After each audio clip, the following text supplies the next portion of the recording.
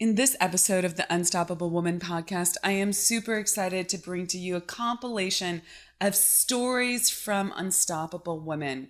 These stories come from a number of my clients, and they express something that they had to get through this year in 2020, the year of COVID, and how it affected their life and their business and what they did to break through and stay unstoppable. You're going to hear stories that range from physical issues to marketing issues to moving across the country and starting new business issues to really having relationship stuff that has to be worked out. These stories are stories from some of the most unstoppable women I know, and I am incredibly grateful that Tonya Reid, Alicia Darrow, Amanda Henry, and Erin Marcus have shared these stories with you. I hope they inspire you and help you stay unstoppable as well.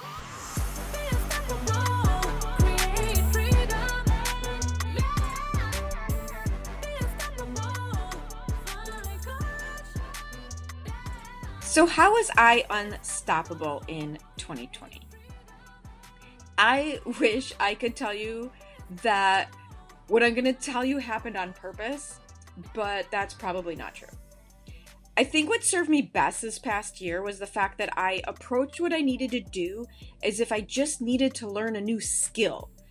And like I said, I wish I could tell you that I intentionally came up with that idea, but I think it just kind of happened.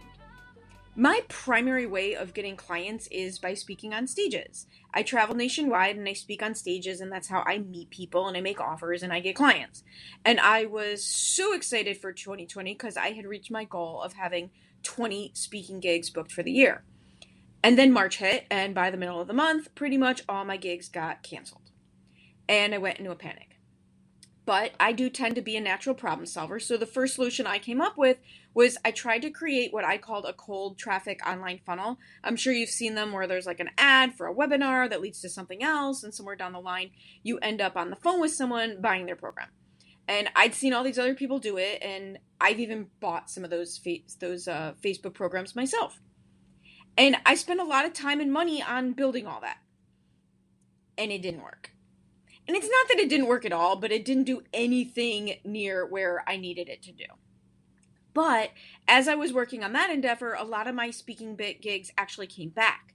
Obviously, they weren't in person and they were on Zoom. But I was very excited about it because I'm all like, great, everything's coming back. Here we go. Yay. So the first Zoom presentation I did, in a word, sucked. I was so bad. It did not convert to any clients. I don't think I even did a half reasonably good job at delivering my content. It was bad. It just was bad. But I knew this whole Zoom presenting thing wasn't going away because I had 15 more of these booked, right? I needed to learn how to speak and present to a group on Zoom and then have some of those people become clients. And I absolutely remember being a little freaked out, frustrated, worried after that first, absolutely abysmal experience. But somewhere along the way, it dawned on me that when I decided to use speaking in front of groups of entrepreneurs as a way to get clients, I actually got training. I went and hired people to help me learn how to do it, how to put a presentation together in a way that helped create client opportunity for me. So I figured this was another version of that. It was just a skill I needed to learn. And I'm excited to say that I figured it out. It's different than the process I use when I'm in person, but now I have another skill. Now I have two different ways to speak to groups of people, one in person and one on Zoom. And I've learned how to convert both into clients. And the cool thing about it is that what I finally learned works for how to get clients from a virtual presentation has lent itself really, really well to social media. So all the work I did in the beginning of the year that I thought was for absolutely nothing and was really disappointed about is now more successful. There is a second piece to this puzzle for me. So yes, the first piece is approaching challenges with this mindset of, okay, I just need to learn a new skill, meaning that it's actually possible. I just need to learn how to do it. But the second important piece is I really don't give up. I don't bang my head against the wall trying the exact same thing over and over, but I measure my results and I look for what went right and what went wrong, and then I try again. So I'm really excited to report that I have officially doubled my income in 2020 from the previous year. And seriously, I do not want to act for 1 second like it was all big deal, easy peasy. There was so much frustration and disappointment and some really serious failures along the way. But being interested in what was effectively learning a new skill and then not being willing to quit is absolutely what made me unstoppable in 2020.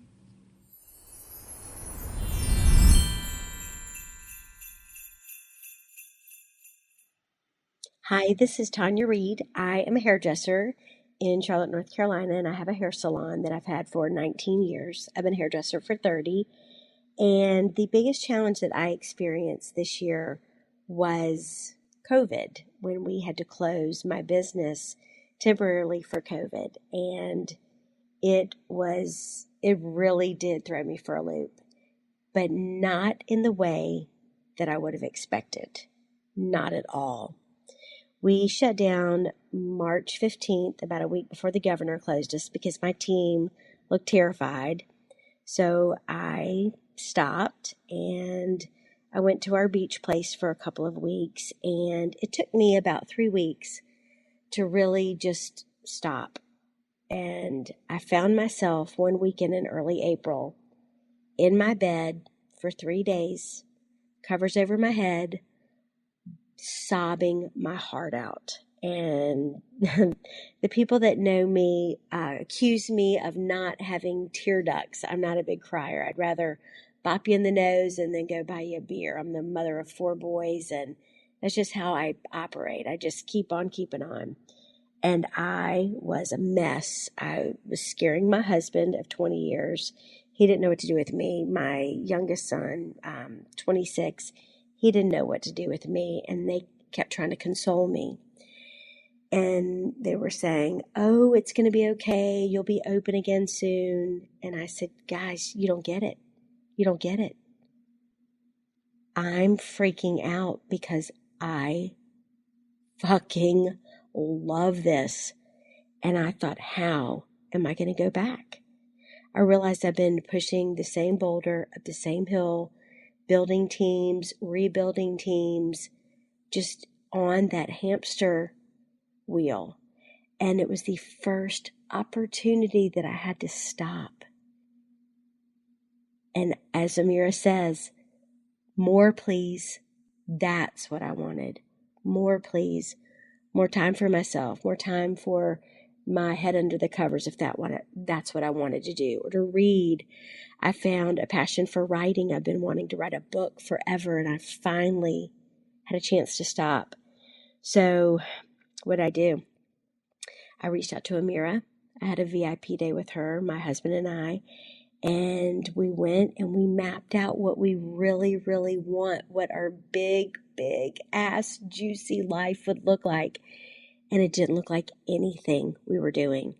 So we put a plan in place, and we've decided to sell everything. He had some family property inherited, our business property, and that's what we're doing. We're in the middle of figuring out and implementing our exit strategy. And my husband is 14 years older than me, and that one trigger for me, he's always talking about us being on the same page, and we're not on the same page, or I thought we were on the same page. And I got really clear with him, and we've had some really hard conversations. And I was able to be honest with him that when he says we're not on the same page, sometimes it feels like a manipulation, and it feels like we're not on the same page because we're not on his page. And we've been able to work those things out and talk those things out. And I think now we're gonna share getting on each other's page, and that's been a wonderful, beautiful thing. And I've realized that I want to spend more time with him. It scared me to think about being home with him all the time, frankly. He's been retired for a while, so that was a little scary to think about what that would look like. And it's truly been such a blessing this year, having the opportunity to stop. And I have grown so much in my relationship with my husband, with thinking about what I want, thinking about reinventing myself. And that's what I'm up. That's what I'm up for. That's what, as Amira would say, that's what I'm available for. I am available for reinventing myself. So that's where I am now. And it's been wonderful, wonderful learning experience. And I've been so, so grateful that this year happened.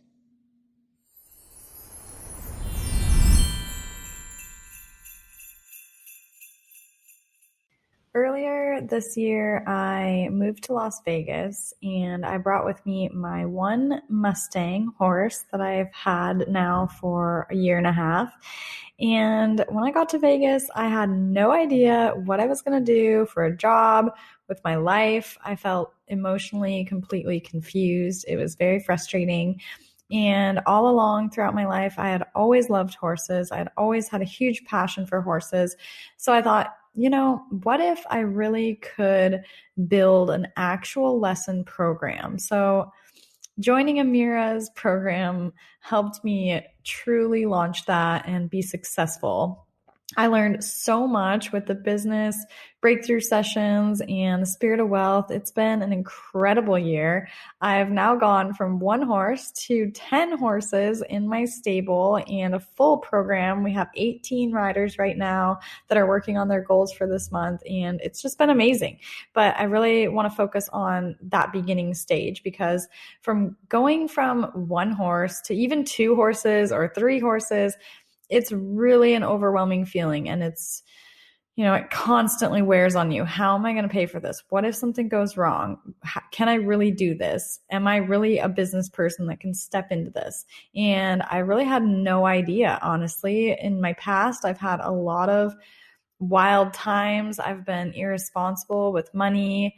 I've, just had a lot of negative moments in my life. I've been through a lot of hardship. I was in the adult entertainment industry for many years.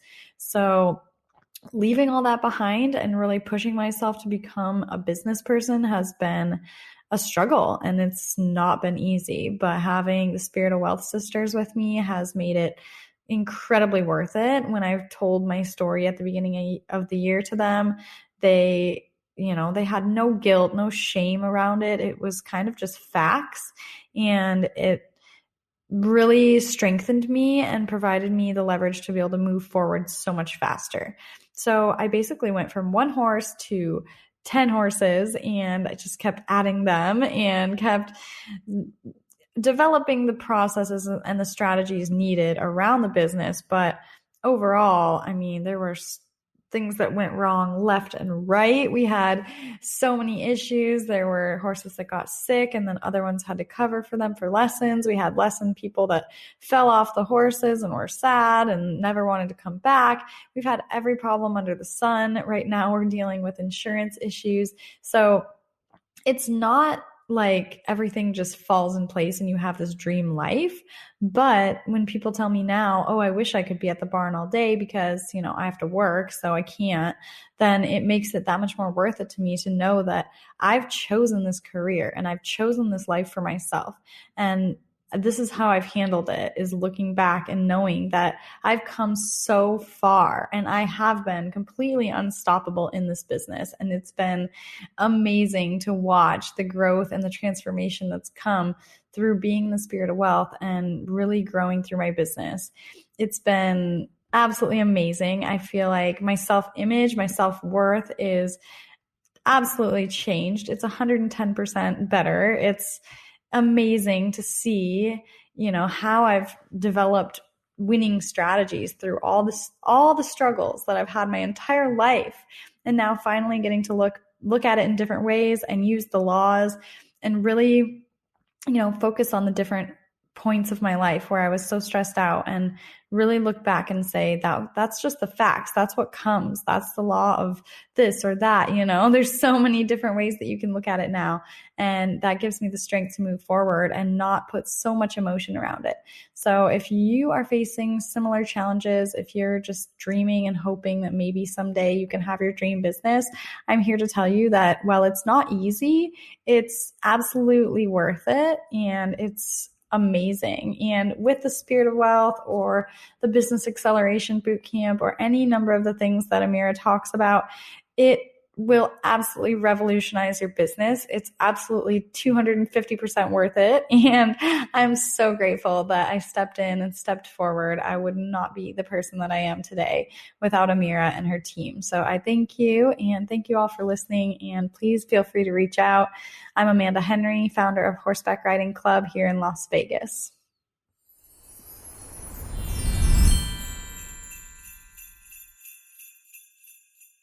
Amira here with a quick public service announcement. Amanda just mentioned the Spirit of Wealth program that she was in a gazillion times. In fact, all the women who are sharing with you today are in the Spirit of Wealth program. We're enrolling for this program, and it starts in January 2021. So if you're interested in making a huge transformation in your life and your business, please check that out. Go to theunstoppablewoman.com/spirit to learn more, and then schedule a call with me so we can see if this is the right fit for you. Okay, with that, let's hear the rest.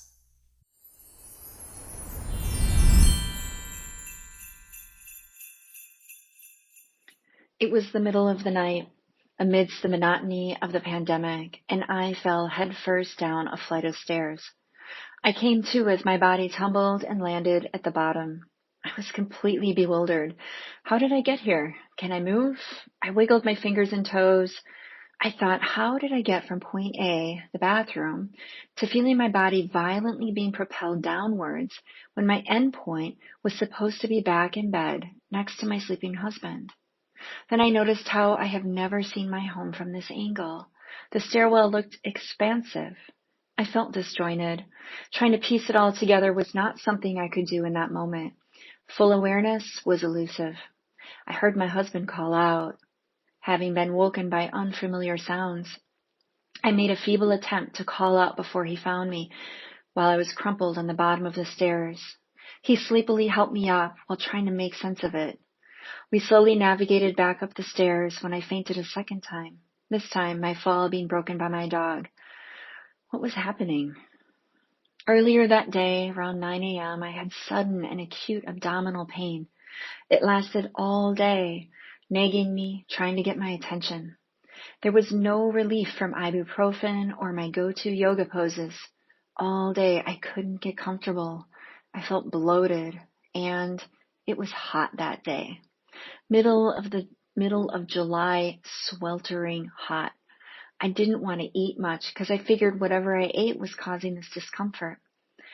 So I pressed on, grateful that it was Saturday, and took it easy, which I needed, as it had been a demanding work week.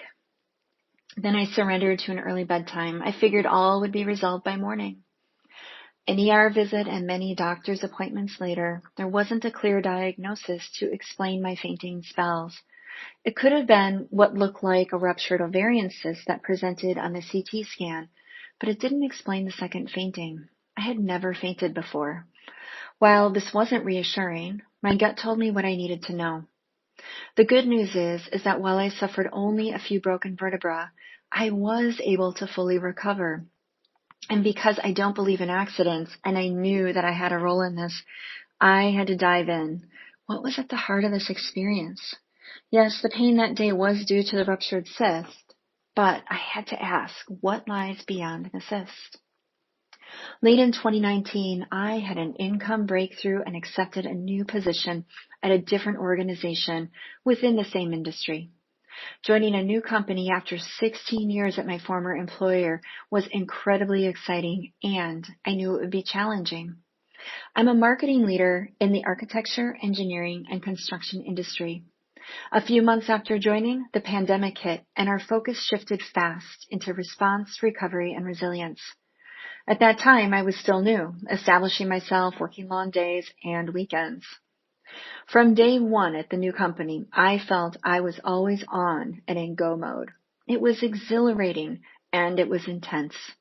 I began to increase my workouts to mitigate and soothe anxiety and stress while I was also maintaining my side hustle as a yoga teacher, pivoting to online live classes, recording new content, and marketing that business. I also have 2 kids at home who are distance learning during the pandemic. I have the tendency to land in the overachiever/perfectionist category. I know this isn't healthy, so I deliberately make choices so that it doesn't become a badge of honor. The fall, while physical, was my body's cry for help. I needed to slow down. No one besides myself was putting pressure on me to be more. I needed to embody that I am enough. Here's the thing. Through my recovery, I stayed unstoppable, but in a new and different way, a mindful way. And full transparency, it's something I must practice every day. I sat with it. I reflected a lot. While recovering, I had the gift of time. I let go of the things that regularly consumed me on the evenings and weekends. It provided space to enable more creativity and clarity of my purpose and goals. I believe that had I been fully listening to the needs of my body, as I have taught repeatedly through yoga, I may have been able to mitigate this experience. To be unstoppable, I needed to remove the distractions of overachieving that were ultimately taking focus away from what I truly wanted. The distractions included feeling as if I had to do certain things for my yoga business, to saying yes to too many things in my new role, and adding just one more workout into my daily routine. In hindsight, had I chosen to add more time to meditation versus additional HIIT workouts, I may be telling you a different story. And I may have given my body the break it needed from putting it into fight or flight. These distractions were fear showing up in ways that felt like achievable and safe things I could check off my list, things I could control. I have learned that when I have the courage to do less, I am able to give more to myself and to others. As a coach and mentor, my ability to be more effective has increased. It's the law of sacrifice. In yoga, we use language like surrender and letting go.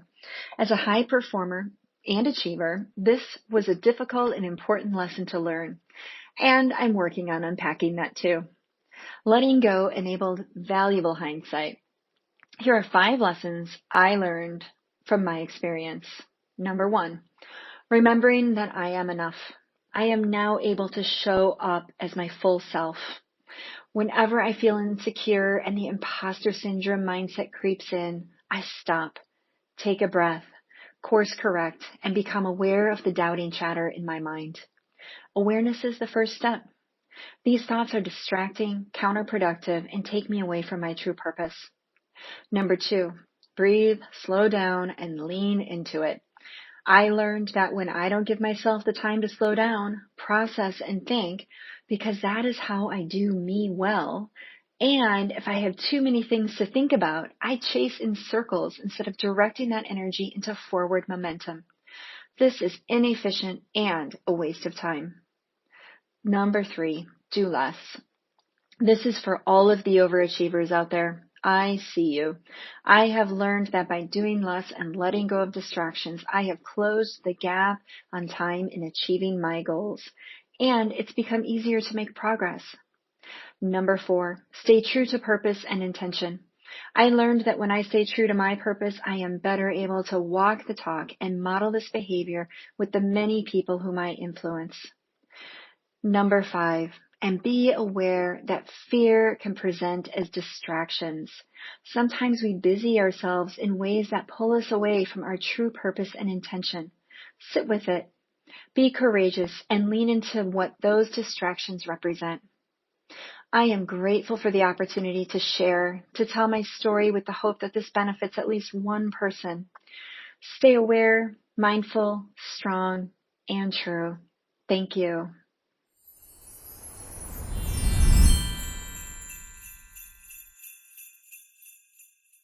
This is Piper Dominguez, and I wanted to talk a little bit about my year this year and some of the things that I have, my story. And, I have had a lot happen this year that's really made me look at my life and my business and how I'm showing up in the world. And so much of it was not being clear on what I truly wanted, feeling a push and pull between my business and my family life. And I would get these moments where I would do really well and find great momentum, and then suddenly I'd be pulled off track. It was a lot of questioning. Am I even doing the right thing? Is this even what I'm here to do? And, really questioning my life purpose and what I was doing in my business. And so there was a lot of stopping and going. And when you stop and go, it's hard to maintain momentum. And, it felt really disheartening and disappointing so much of the time. And kind of like I was on a roller coaster where I was having these great highs, and then suddenly I would get pulled off and then have this really deep low. And it seemed like everything was right there, especially on those highs. I was almost there. I could almost touch it. And then all of a sudden I'd get taken off course again and go back into a low. And yet it was still there. This thing that I was thinking that I was going for, it was just a little bit further away, and it kept getting a little bit further away. And I just couldn't ever seem to quite touch it. And through this process, I really realized that it was an internal conflict that I really kept trying to fix externally. And while the external is always a reflection of the internal, you can't just change your circumstances or the things on the outside and expect things to fall into place. It just doesn't work like that. And what I realized was I was really being called to deepen my faith in the laws and the faith in myself, the trust in myself. And from that place, really kind of live my life. And I really had to get clear on what it was I really wanted for my business and for myself, not what somebody else said or what somebody else thought I should do, or, even looking at somebody else's business or, how they were showing up thinking, oh, that's what I want too. But, not really, it just wasn't really connected. It wasn't in full alignment. And I really had to get honest with myself and what was happening in my life and my business and what I was really no longer willing to tolerate. And then from that place, really breathe into what I was being called to. And I had to start making very small choices on a daily basis that led to these small actions in my business and in my life in order to start building that self-trust and to start building up my faith. And it started, I would say, at the beginning of the year, but there was a real turning point in the fall when my husband and I decided to sell our house. And it really allowed me to see how the laws come into play in one's business and one's life when they're allowed to work. And so, my husband and I decided to move and sell a house that I absolutely adored and, move from a place that very much feels like home. And I watched how, as we prepared to sell and how quickly our house sold, how easy the whole process was. And what it did was it really showed me to trust in the unfoldment of our desire, or in our case, our goal to sell our house. And what it did was it kind of spurred me to look at, what are the goals and the desires I was putting out there for my business and for myself, where I was trying to manipulate or control instead of allowing the laws to work. And I had to let go of a lot of old programming, a lot of old stories and beliefs, and the meaning that I was really holding around those things for myself as a coach and in my business and how I was showing up in my business, and instead really focus on the possibilities that were on the other side of all of that. Just like with my house, I had to let go of my house in order to really see the possibilities for my life that lay ahead. And there was this moment of contemplation of really looking at what needed to be shifted and what was needing transitioning. And so it started with me really owning my gifts as a coach and really stepping into full alignment with that, and really gaining more clarity around who I am as a coach and how I'm showing up and who I'm meant to serve and how I want to serve in this world. And so, I made a bold external move by cutting my hair into a mohawk, but what it did was it really helped me to feel more bold and more empowered on the inside. And so by doing that, it helped me show up in a different way with my clients and in my business. And so, one of the things that I was really wanting this year was to step into the spirit of wealth for 2021. And I had told myself I couldn't for many reasons. So I was really believing and allowing these excuses to run as to why I couldn't have what I wanted.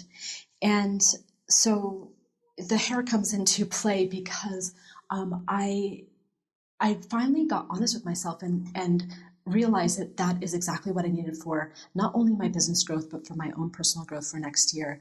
And it was also very important for me to pay for the deposit myself. It was an old money story that I had been working with. And so I set out the goal to make the deposit. And within 3 days, I had actually signed a new client and I had enough for the deposit. I had a little bit more for some other things. And it really gave me a boost of confidence in my business and in my coaching. And so it really opened a doorway. And so much of my story has been about really getting out of my own way. And it has been about not playing the victim in my life and really trusting the laws, even when I didn't have any evidence that I could do it or that it would possibly work. And so what I've learned in the process is that in order to grow, you really have to do things differently in a different way. You have to be able to see with different eyes. And it's about really being willing to be kind of the fool for love for what you want. And it really took getting clear on my desire, even if it was just a very small aspect of a larger desire, and really trusting in that and in myself that I am worthy and I'm deserving of all that I want in my life. And so it was so much about recognizing my own gifts and stepping really fully into that and then bringing that forward in service.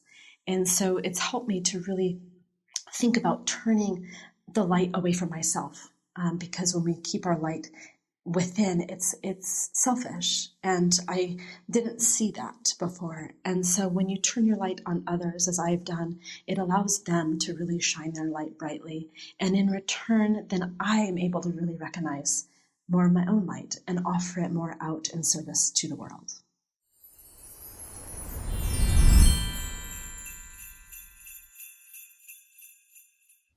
So this summer, I had to go through the painstaking process of hiring for one of our most important positions. And that's not to say that, it's the most important, but it is a very important role.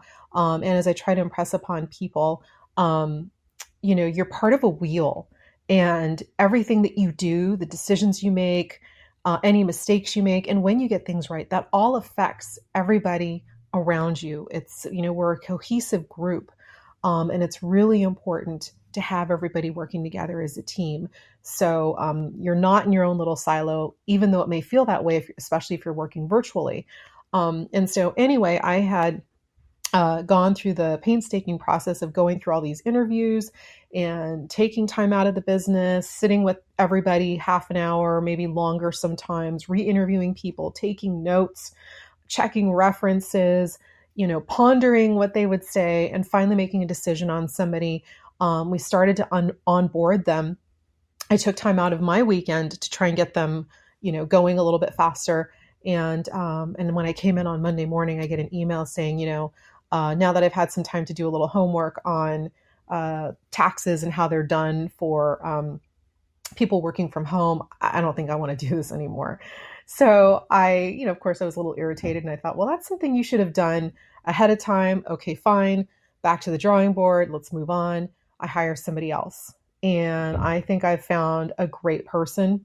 Things are going great. She's learning at a quick clip. She's fitting into the groove. She's really grabbing everything and learning really well. And about 2.5 weeks in, I get an email that says, while I was interviewing with you, of course, I was looking for a job. So I dropped applications with a lot of different companies.